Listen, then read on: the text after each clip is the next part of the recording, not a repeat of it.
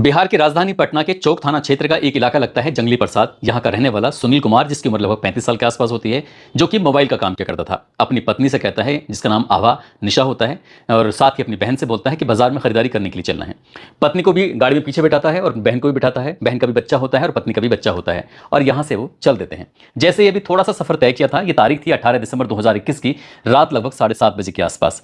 जैसे ही उसने अपनी पत्नी अपनी बहन को उसमें बिठाया, कुछ आगे चलने के बाद एक उसका दोस्त मिल जाता है। दोस्त का नाम होता है अभिषेक वर्मा उर्फ मस्तू। उम्र उसकी लगभग 40 साल के आसपास होती है। और जैसे ही बिहार की राजधानी पटना के नेशनल हाईवे 30 के पास एक बाईपास थाना लगता है, वहां पर एक कसेरा धर्म कांटा होता है। गाड़ी जब वहां पहुंचती है तो पहले से ही जाम की स्थिति बनी हुई थी। अब गाड़ी जाकर रुक जाती है। गाड़ी रुकी हुई थी, इसी बीच में एक हेलमेट लगाए हुए बाइक सवार एक व्यक्ति आता है, और यहां आने के बाद कंडक्टर की सीट पे जो बैठा हुआ था अभिषेक वर्मा उर्फ मस्तू, तो उसके पास जाता है, नॉक करता है, और जैसे उतना शीशा वो नीचे उतारता है, नीचे उतारने के बाद उसने ऑटोमेटिक गन निकालता है और एक के बाद एक गोलियां बरसाना शुरू कर देता है। इसी बीच में जो उसके बगल में यानी कि ड्राइवर की सीट पर सुनील कुमार बैठा हुआ था, उसने जोर जोर से चीखना शुरू किया, चिल्लाना शुरू किया, उसको रोकने की कोशिश की, लेकिन जो शूटर होता है वो न केवल अभिषेक को गोली मारता है, बल्कि जो उसके बगल में बैठा हुआ उसका दोस्त होता है उसको भी एक के बाद एक गोली मारना शुरू कर देता है। कुछ ही सेकंडों में उसने लगभग 12 गोलियां चलाई, और वो तब जब उसे इत्मीनान हो जाता है कि ये मर चुके हैं, खत्म हो चुके हैं, उसके बाद यहां से वो चला जाता है। जब गोली चल रही थी तो आसपास के लोगों में भगदड़ मच जाती है। ज्यादातर लोग अपने अपने वाहनों को छोड़कर वहां से भाग जाते हैं। इस बीच में जो उसकी पत्नी होती है सुनील कुमार की, आभा निशा, वो लगातार चीखती है, चिल्लाती है। गोद में उसका एक बच्चा भी होता है। बहन होती है, वो भी चीखती है, चिल्लाती है, लेकिन उनकी आवाज सुनने वाला वहां कोई नहीं था। आखिरकार एक ई रिक्शे वाले से कहा जाता है कि हमें हॉस्पिटल तक छोड़ दो, क्योंकि इसके पति की गंभीर हालत हो चुकी है, वो शायद मर जाएंगे। अब उस हॉस्पिटल लेके जाते हैं, लेकिन डॉक्टर साहब कहते हैं कि ये तो मर चुके हैं, मारने के लिए ही तो गोली चलाई गई थी। दरअसल आज की कहानी जो मैं आपको सुनाने जा रहा हूं, इस कहानी का इस घटनाक्रम से ताल्लुकात है। प्रत्यक्ष और अप्रत्यक्ष रूप से जुड़ा हुआ मामला है। एक कत्ल होता है, उसके बाद फिर कुछ साल बीत जाते हैं, एक और कत्ल होता है, और दोनों ही घटनाक्रम ने पूरे बिहार प्रदेश की राजनीति में तहलका मचा दिया, बिहार के व्यापारियों में तहलका मचा दिया, और हर जगह जहां जहां तक ये कहानी सुनी जाती है वहां वहां तक लोगों में डर फैल जाता है। आखिरकार इस डर के पीछे की कहानी क्या है, आज की इस कहानी के माध्यम से जानने की, समझने की कोशिश करते हैं। आदाब, नमस्कार, सत श्री अकाल। मैं उस्मान सैफी। आज की जो सच्ची घटना मैं आपको सुनाने जा रहा हूं, ये सच्ची घटना है बिहार प्रदेश की राजधानी पटना की। दरअसल ये सच्ची घटना है। बिहार के ही एक मशहूर कारोबारी होते हैं, नाम जिनका होता है गोपाल खेमका। दरअसल राजेंद्र नगर में उनका एक मशहूर हॉस्पिटल है, उस हॉस्पिटल का नाम है मगध हॉस्पिटल। ये ऐसा शायद बिहार में कोई ऐसा व्यक्ति होगा जो पटना में जो गोपाल खेमका को उनके नाम से न जानता हो, उनको पहचानता ना हो। दरअसल वो रोजमर्रा की तरह बांकीपुर एक क्लब लगता है, वहां से देर रात को अपने घर आते हैं, और ये तारीख थी 4 जुलाई 2025 की रात, लगभग 11:30 बजे के आसपास का वक्त हो रहा था। वहां से बांकीपुर क्लब से चलते हैं, और जिन्हें गांधी मैदान क्षेत्र के ये ट्विन टावर के पास एक कोटर का अपार्टमेंट है, उस अपार्टमेंट में उनको जाना था, जहां पर उनका आवास है 4थी मंजिल पर। जैसे ही 11:38 के आसपास ये उस अपार्टमेंट के उस मुख्य द्वार पर पहुंचते हैं, इनकी गाड़ी आगे चल रही थी, पीछे एक और गाड़ी थी, एक और गाड़ी की जो पीछे थी उसके अंदर एक आदमी बैठा हुआ है, बगल में शायद उसके पत्नी बैठी है या कोई महिला थी जो भी उससे कुछ रिश्ता रहा होगा।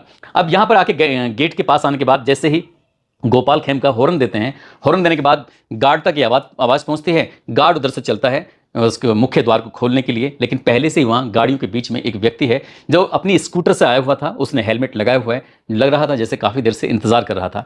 तुरंत ही वो गोपाल खेमका की गाड़ी के पास पहुंचता है, जो बिल्कुल गेट से लगी हुई गाड़ी होती है। जैसे उनके पास पहुंचता है तो हल्का सा नॉक करता है, और नॉक करने के बाद शीशा जैसे ही उतरता है, आग से एक गोली चला जाती है। गोली इतनी नज़दीक से चलती है कि वो भेजे को फाड़ते हुए निकल जाती है। उसके बाद फिर जो पीछे गाड़ी वाला है वो समझ ही नहीं पाया था कि आखिरकार हुआ क्या है। जो शूटर होता है एक ही गोली चलाता है। गोली मारने के बाद उसे बिल्कुल पूरा इत्मीनान हो जाता है, तसल्ली हो जाती है कि जो उसने काम करने के लिए आया है वो कंप्लीट कर चुका है। वो अपनी स्कूटर बैठता है और वहां से भाग लेता है। 6 सेकंड का ये सीन था। जो गाड़ी पीछे खड़ी हुई थी गोपाल खेमका के पीछे, उस व्यक्ति ने देखा कि गाड़ी के जो ड्राइवर की सीट है उधर से कुछ धुआं सा निकल रहा है, और वो व्यक्ति बहुत तेजी से भागा है। तुरंत वो अपनी गाड़ी से निकलते हैं। गाड़ी से निकलने के बाद मौके पर पहुंचते हैं तो गोली लगे हुए गोपाल खेमका गाड़ी के अंदर पड़े हुए थे। वो समझ जाते हैं कि वो व्यक्ति दरअसल गोली मार के गया है। तुरंत ही वो दौड़ते हुए पीछे जाते हैं, और पीछे जाने के बाद उस व्यक्ति को देखते हैं। तब तक वो स्कूटर लेके अपना वो दूर जा चुका था, उसकी आंखों से ओझल हो चुका था। इसी बीच में उस कार वाले ने चीखना शुरू किया, चिल्लाना शुरू किया। अब इसी बीच में जो गार्ड था, जो गाड़ी अंदर आने के लिए मेन गेट को खोलने के लिए आया था, इससे पहले कि वो कुछ कर पाता, शायद बुजुर्ग व्यक्ति है, क्योंकि ये सारा जो दृश्य है वो सीसीटीवी कैमरे में कैद हो जाता है, और वो ये समझ नहीं पा रहा था क्योंकि वो आधा गेट खोल चुका है। आधा गेट खोले कि बंद करे तभी वो ताला लगाता है, लेकिन उसने भी जब जोर जोर से चीखना चिल्लाना शुरू किया, तब उस बिल्डिंग से यानी कि अपार्टमेंट से लोग दौड़ते हैं, भागते हैं, और आकर देखते हैं कि शहर के सबसे मशहूर व्यक्ति जो कारोबारी हैं और अच्छे खासे पैसे वाले हैं, और जिनका एक मगध हॉस्पिटल है जो कि शहर के अंदर बहुत ही ज़्यादा मशहूर है, और दरअसल उनको किसी ने गोली मार दी है। उसके बाद तत्काल प्रभाव से ये जो आसपास के लोग थे वो इकट्ठा होते हैं, परिवार के लोग इकट्ठा होते हैं। कंकड़ बाग एक जगह लगती है, कंकड़ बाग में ही मेडिवर्सल एक हॉस्पिटल होता है। तत्काल प्रभाव से उन्हें वहां लेकर जाते हैं और जैसे डॉक्टर को दिखाते हैं, डॉक्टर कहते हैं कि ये मर चुके हैं। दरअसल एक गोली कुछ इस तरह से मारी गई थी कि गोपाल खेमका को मारना ही था, इसलिए शायद उस शूटर का यही उद्देश्य रहा होगा। लेकिन हॉस्पिटल की तरफ से पुलिस को सूचना दी जाती है, नजदीकी पुलिस स्टेशन की पुलिस वहां मौके पर पहुंचती है। कुछ वक्त के बाद इसके बाद जो घटना स्थल होता है गांधी मैदान, वहां की भी पुलिस पहुंच जाती है। ये घटना थी 11:38 के आसपास, लेकिन गांधी मैदान थाना पुलिस लगभग रात के 1:30 बजे के आसपास पहुंचती है। उसके बाद जो इलाके के डीएसपी होते हैं वो लगभग 1:45 के आसपास मौके पर पहुंच जाते हैं। एसपी सिटी जो होती हैं 2:30 के आसपास मौके पर पहुंच जाती हैं। ये घटना जो क्रम था अभी तक चंद लोगों में था, लेकिन जैसे जैसे ये बात फैलनी शुरू हो जाती है, दिन निकलता है, तब तक पूरे शहर में, पूरे देश भर में मीडिया इसकी कवरेज करना शुरू कर देती है। दरअसल इस पर जब कवरेज होती है तभी लोगों को याद आता है कि ठीक 7 साल पहले एक और घटना घटी थी। आज उस घटना की भी हम बात करेंगे। गोपाल खेमका के जो पुत्र होते हैं, इनका नाम है गुंजन खेमका, उम्र उनकी लगभग 37 साल के आसपास होती है। बिहार के जिला वैशाली में एक हाजीपुर औद्योगिक क्षेत्र है, वहां पर उनकी एक अपनी फैक्ट्री होती है, जीके कॉटन मिल और एक्सेल पेपर फैक्ट्री। दरअसल वो उसमें जाने वाले थे।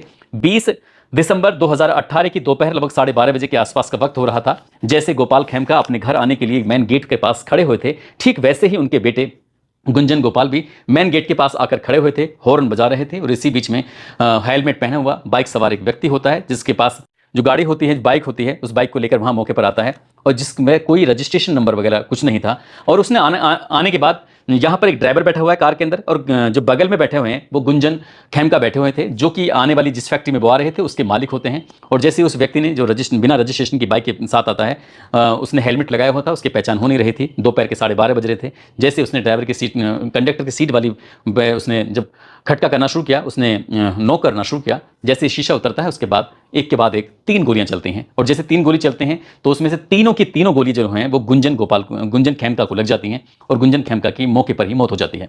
बराबर में उनके ड्राइवर बैठा हुआ है, ड्राइवर का नाम मनोज कुमार होता है। मनोज कुमार को भी गोली लगती है, लेकिन वो पीठ को छूती हुई निकल जाती है। उसके बाद फिर हंगामा खड़ा हो जाता है। 3 गोलियों की आवाज सुनने के बाद मेन गेट पर उसके अंदर जो कर्मचारी काम कर रहे थे, आसपास के जो लोग थे, वो तमाम कोशिशें करते हैं, ईंट चलाते हैं, पत्थर चलाते हैं, लेकिन जिसने गोली चलाई थी वो गोली चलाता है, अपनी बाइक पर बैठता है और वहां से आराम से भाग जाता है। और भाग जाता है तो उसके बाद फिर इस घटनाक्रम की गूंज पूरे बिहार प्रदेश में फैल जाती है। हर कोई इस घटना को लेकर चर्चा करना शुरू कर देता है। दरअसल मशहूर कारोबारी जो पटना के रहने वाले होते हैं, गोपाल खेमका के जो बेटे होते हैं गुंजन खेमका, दरअसल उनकी गोली मारकर हत्या कर दी जाती है। उसके बाद फिर पूरे देश भर में इस घटना को लेकर चर्चा शुरू हो जाती है और पुलिस पर दबाव पड़ जाता है। पुलिस ने इस मामले की जब जांच पड़ताल करना शुरू किया तो ये इस घटना से जुड़े हुए जितने भी लोग थे उन लोगों की तलाश शुरू कर दी जाती है कि आखिरकार हत्या क्यों की, किसने की, इसके पीछे के क्या कारण रहे थे। लगभग 1,10,000 मोबाइल थे जो आसपास के जो टावर होते हैं वहां पर वो देखे जाते हैं।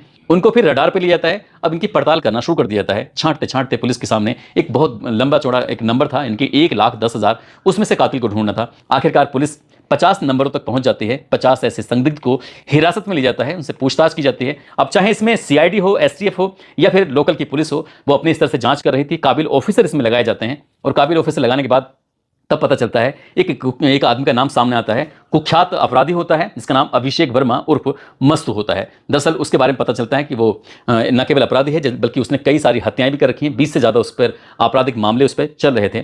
पुलिस उसको गिरफ्तार करने की लगातार कोशिश कर रही थी और हत्या के पीछे के कारण सामने ये आते हैं कि लगभग 13 बीघा जमीन जो कि वैशाली हाईवे के बिल्कुल किनारे थी, उसी को लेकर विवाद था और इसलिए उस कारोबारी जिसका नाम होता है गुंजन खेमका, उसकी हत्या कर दी जाती है। 3 गोलियां उसको मारी जाती हैं। पुलिस ने आखिरकार 10 फरवरी 2019 की बात है, जो कुख्यात अपराधी होता है जिसने ये गोली चलवा दी या चलाई थी, उसको पुलिस गिरफ्तार कर लेती है, अभिषेक वर्मा उर्फ मस्तू, और साथ में उसका पकड़ा जाता है राहुल उर्फ चीकू। पुलिस ने गिरफ्तार करके जेल भेज देती है। कुछ वक्त के बाद उनको जमानत मिल जाती है। दरअसल ये जो फैमिली है, खेमका फैमिली, इसके पास अपने पेट्रोल पंप भी हैं, इनके पास कई फैक्ट्रियां भी हैं। तब जब ये घटनाक्रम हो जाता है तो उस घटनाक्रम के बाद आखिरकार जिसके पिता हैं अपने बेटे की मौत के बाद अपनी कई फैक्ट्रियों को बंद कर देते हैं। उसके बाद वो अपनी एक सुकून की जिंदगी जीना चाहते थे, इसलिए इन्होंने अपना पेट्रोल पंप वगैरह वो भी चलता रहते हैं और साथ ही एक हॉस्पिटल खोला मगध हॉस्पिटल के नाम से, जो काफी फेमस था, मशहूर था। और ये मशहूर कारोबारी राजनीति में भी दखल। उस वक्त जब इनके बेटे की हत्या होती है तो बेटा भी इनका भारतीय जनता पार्टी से व्यापारी प्रकोष्ठ से वो जुड़ा हुआ था, लेकिन फिर भी उसकी हत्या हो जाती है। और ये बताया जाता है कि 18 दिसंबर 2021 को पटना सिटी बाईपास थाने के पास कसेरा एक धर्मकांटा लगता है। वहां पर जब अभिषेक अपने दोस्त सुनील के साथ जा रहा था, इसी बीच में शूटर आता है, ठीक वैसे ही गोली चलाता है जैसे क्या गुंजन खेमका को गोली मारी थी और खटका करता है गाड़ी पर। उसके बाद एक के बाद एक ऑटोमेटिक पिस्टल से लगभग 10 से 12 गोलियां चलाई जाती हैं। वहाँ उसमें जो अभिषेक होता है वो भी मारा जाता है, उसका दोस्त भी मारा जाता है, लेकिन जो पीछे बच्चे बैठे हुए थे, महिलाएं बैठी हुई थी, वो बिल्कुल सुरक्षित रहते हैं, उन पर कोई आंच नहीं आती। पुलिस ने इस मामले में क्या जांच पड़ताल की, कौन था इसके पीछे, मैंने ये जानने की कोशिश की, लेकिन उसका पता नहीं चल पाता। लेकिन ये भी मीडिया में दावा किया जा रहा था कि जिस तरह से इन्होंने गुंजन खेमका की हत्या का खुलासा किया था, उस हत्या के खुलासे के बाद और खुद उसकी अभिषेक उर्फ जो मत्तू होता है, उसकी भी हत्या कर दी जाती है, सेम टू सेम एक स्टाइल में। और बेटे की हत्या के ठीक 7 साल के बाद गोपाल खेमका की 4 जुलाई साल 2025 की रात लगभग 11:38 के आसपास उनकी ही अपार्टमेंट के ठीक सामने जो मुख्य द्वार होता है वहां पर एक ही गोली मारी जाती है और एक गोली मारकर उनकी हत्या कर दी जाती है। जिस तरह से गुंजन खेमका की हत्या होती है, शूटर की हत्या होती है, गुंजन खेमका के पिता गोपाल खेमका की हत्या होती है, ऐसा लगता है तीनों की हत्याएं बिल्कुल सेम टू सेम एक ही पैटर्न पर एक ही तरीके से की हैं। अगर ये हत्याएं एक तरीके से हुई हैं तो आखिरकार फिर जो गुंजन खेमका की हत्याकांड का खुलासा हुआ था तो उसमें कितना सच है कितना नहीं, ये तो खैर आप सहज ही अंदाजा लगा सकते हैं। मीडिया ने 7 साल के बाद इस मामले को फिर से उठाना शुरू किया और ये बताने की कोशिश की कि शायद पुलिस ने उतनी तफ्तीश उतनी शिद्दत से नहीं की, क्योंकि जब ये हत्याकांड इनका हो जाता है, अभिषेक और उसका जो साथी होता है वो मारे जाते हैं, तो शायद ये फाइल बंद हो जाती है और बंद होने के 7 साल के बाद पिता की भी ऐसे ही हत्या कर दी जाती है। पिता की जब हत्या होती है पूरे बिहार प्रदेश की राजनीति में एक तरह से भूचाल आ जाता है। हालांकि पुलिस ये दावा कर रही है कि हम हत्यारे हैं उनको जल्द से जल्द गिरफ्तार कर लेंगे, इस मामले की उच्च स्तरीय जांच पड़ताल की जा रही है और जब हत्यारे पकड़े जाएंगे तो उनके घर को भी गिरा दिए जाएंगे, उनका एनकाउंटर भी कर दिया जाएगा। क्या वाकई पुलिस इस बार जैसे क्या गुंजन खेमका की जांच होती है, यदि ऐसी ही जांच हुई तो हो सकता है कि एक और नई कहानी कोई मेरे जैसा ही पत्रकार शायद सुनाएगा। अगर पुलिस ने ठीक से जांच की तो शायद ये कहानी का आज हमेशा के लिए द एंड हो जाएगा, क्योंकि जो कातिल होगा वो पुलिस की जांच के बाद पकड़ा ही जाएगा। हम उम्मीद यही करते हैं कि पुलिस अपनी ईमानदारी से काम करे और गोपाल खेमका की हत्याकांड में जो भी शामिल हैं उनको जल्द से जल्द गिरफ्तार करे। गिरफ्तार करने के बाद कोर्ट से कम समय में उनको सजा दिलवाए, ताकि भविष्य में खेमका फैमिली के साथ कोई ऐसी और घटना ना हो। क्योंकि ये भी बताया जाता है साल 2016 में उनके परिवार के बेटे को धमकी दी गई थी और साल 2018 में भी धमकी दी गई थी। एक बार नहीं, 2 बार नहीं, बल्कि 3 बार फोन पर धमकी दी गई थी और इस फैमिली पर वाकई खतरा मंडराया हुआ था। हालांकि जब एक पत्रकार ने ये सवाल पूछा कि उनकी सुरक्षा को लेकर क्या इंतजाम किए गए थे, तो वो कहते हैं कि उनके लिए लगभग 6 साल तक सुरक्षा गार्ड लगा रहा था, लेकिन सुरक्षा गार्ड के उन्हें पेमेंट करना पड़ता था, तो शायद इसलिए उन्होंने पिछले साल की अप्रैल 2024 में उसे हटा लिया। लेकिन इस हत्या के बाद, गोपाल खेमका की हत्या के बाद, उनका जो बेटा बचा हुआ है जिसका नाम गौरव है, उसकी सुरक्षा के लिए 2 गार्ड लगा दिए गए हैं। हो सकता है भविष्य में पुलिस इनको भी हटा ले। क्या होगा क्या नहीं होगा तो खैर भविष्य के गर्भ में छिपा है, लेकिन जिस तरह से ये व्यापारी के परिवार के लोगों की 2 हत्याएं हुई हैं उससे पूरे बिहार की प्रदेश की राजनीति में भूचाल आ चुका है, साथ ही व्यापारियों में भी एक तरह का डर बना हुआ है। दोस्तों, इस पूरे घटनाक्रम को सुनाने का उद्देश्य किसी को परेशान करना नहीं है, किसी का दिल दुखाना नहीं है, बल्कि आपको जागरूक करना है, आपको सचेत करना है और बताना है कि पुलिस कम से कम ईमानदारी से काम करे तो शायद इस तरह की हत्याएं घटनाएं बिल्कुल ना हो। हालांकि पुलिस ने इस घटना के तुरंत बाद जो संबंधित नजदीकी जेल थी वहां जाती है और जाने के बाद अपराधियों से पूछताछ करती है। पुलिस का यह भी दावा है कि उनको बहुत अहम सुराग लगे हैं, जल्दी घटनाक्रम का खुलासा भी कर दिया। आप सब लोग अपना ख्याल रखें, सुरक्षित रहें। जय हिंद, जय भारत।